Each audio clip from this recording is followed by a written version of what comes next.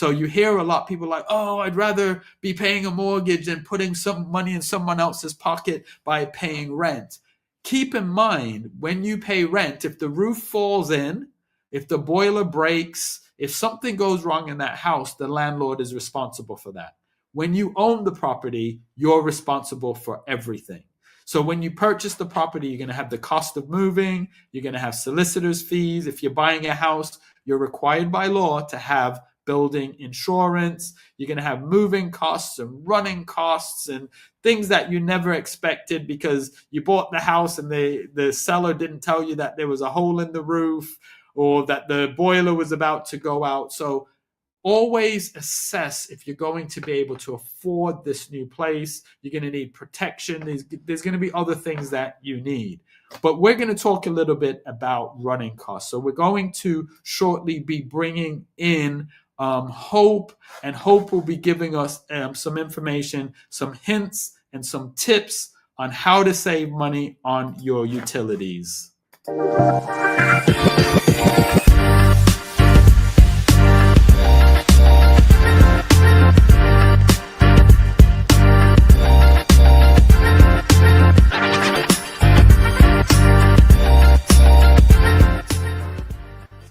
As I said, you are a grandmother of 10. You are a utilities warehouse guru, and you are here to tell people how they can save money on their utilities and also put some extra cash in their pocket. So welcome. Thank you. Oh, So okay. hello. So when Yes. we're talking about utilities, what are some of the things that you're seeing recently as far as people's bills and maybe some things that are going on in the environment? Well, what some of the things we're seeing is that people are paying way, way too much for their energy. They don't check, they don't have a look around, they don't shop around, particularly more older people. They just accept what their current supplier tells them and then really, really struggle. And some people are also paying for services that they don't use anymore. So UW offers a variety of services, including energy. So, for example, broadband services. And I've come across many, many people who've got broadband services linked to TVs, services that they don't need and don't use because they've got Freeview TV and all of those same services are available to them free, but they're paying for it through their broadband supplier. So why would someone do that? Why would someone be spending more money than they have to? Because they don't realize that that's what they're doing. They think because there's this sense of loyalty sometimes, so people will just stay with that company because they've been with them for a long time. And other people just don't realize that they're paying that amount. They're just paying it automatically without looking. And just like you would each year when you get your car insurance quote, you'll shop around and have a look and see if there's something cheaper. Really, you should be doing that with your other services such as broadband and energy. Do you find that people have started looking into this more now with the cost of living crisis, or are you finding that people are just blindly being loyal to their current provider? It's a mixture.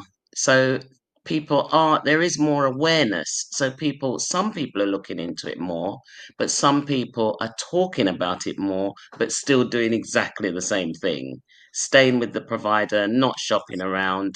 And if they can just about meet the payments, despite the fact that they're struggling, they'll just continue doing so. So what got you into supporting people with saving money? How did you become a UW provider or Or for partner. We're part? called partners. So it's a bit of a story. I used to work for a trade union. I was there for over 30 years. And it was a very busy job. And then I got ill. I got breast cancer. I was off work for 18 months. And when you have an illness like that, it really focuses the mind. Yeah. So when I went back to work, I decided that I didn't want to do that anymore. I wanted to do something more flexible, take things a bit more easy. So I drifted around a bit. I did a bit of training, delivering some training in the NHS. And after the pandemic, I got bored with that as well. So I was then introduced to UW by a friend who I'd met while I was doing some volunteering with the Samaritans. And I realized then that I wanted to do this. It was flexible. I could do it how and when I wanted to. I got great training. I found new friends, and I'm helping people. So for me, that was a win-win. From the first time that I met you, that's one of the things that I think resonated with me.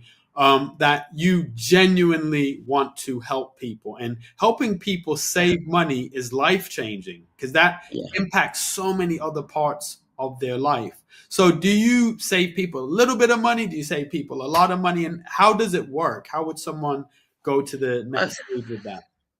Okay, so you can save people just a small amount of money, maybe 10, £20 a month. But I've equally saved people £1,500 a year in savings, reducing their bill. Recently saved someone £65 a month. Now, Wow. all of those figures, they are, they're money that you can be using for other things. Particularly if you're old, old age pensioner, where pensions are really tough at the moment. People with small children, they are struggling, and having a few quid extra in their pocket is really worthwhile. So what I do is I generally generate a quote for people, showing them what we offer, and they compare it against what they're paying. And if we are offering them something cheaper, which invariably we are, we simply switch them. Okay, and how long does the process take? It generally takes about 4 weeks in total, 4 to 6 weeks, depending if they've got broadband and some work needs to be carried out to install that broadband. But the energy itself takes just a week to 10 days. Okay, And so UW takes it all up. So they inform any existing suppliers, they take the whole service over, give you a timeline, and just sort it out for you. So when you say they take the whole service over, so once you have helped people save that money each month, if they have a question or if they have a customer service issue, do they come to you or do they go directly to the provider? They can do both. One of the things we say is that, you've got a personal advisor in me because I was the one who signed you up. But I can guide them, or they can go straight to customer service. We've got award-winning customer service that they can go to, based here in the UK, in North London. They're able to pick up the phone and easily speak to someone, but equally they can speak to me, and I can help them as well. Okay. So in some ways feel that the cost of living crisis was one of the best things that could happen to some people because as you said, it's so easy when things are going well for you. You sign up for things, you set up the direct debit, your money goes into your bank account from your salary, money comes out and there's money left over. It's not until you reach a point where there's not enough money in the bank account to meet those things that you start looking as a bank manager. And I tell this story all the time. There were countless times where people would come into the branch and speak to one of my banking advisors and say, what is this particular thing on my bank statement?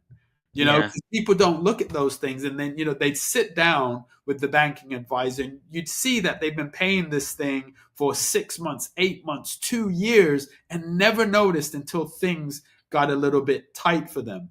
And yeah. with our relationship and what I like to be able to do with my clients, I'm helping people find a home, find the best mortgage, move into that home, and then introduce them to you that you can take that piece of the journey off their hands. You can help them get the right broadband, get the right utilities, etc. So, what would you say are the top two objections that people usually give you when you're introducing them to the idea of using UW?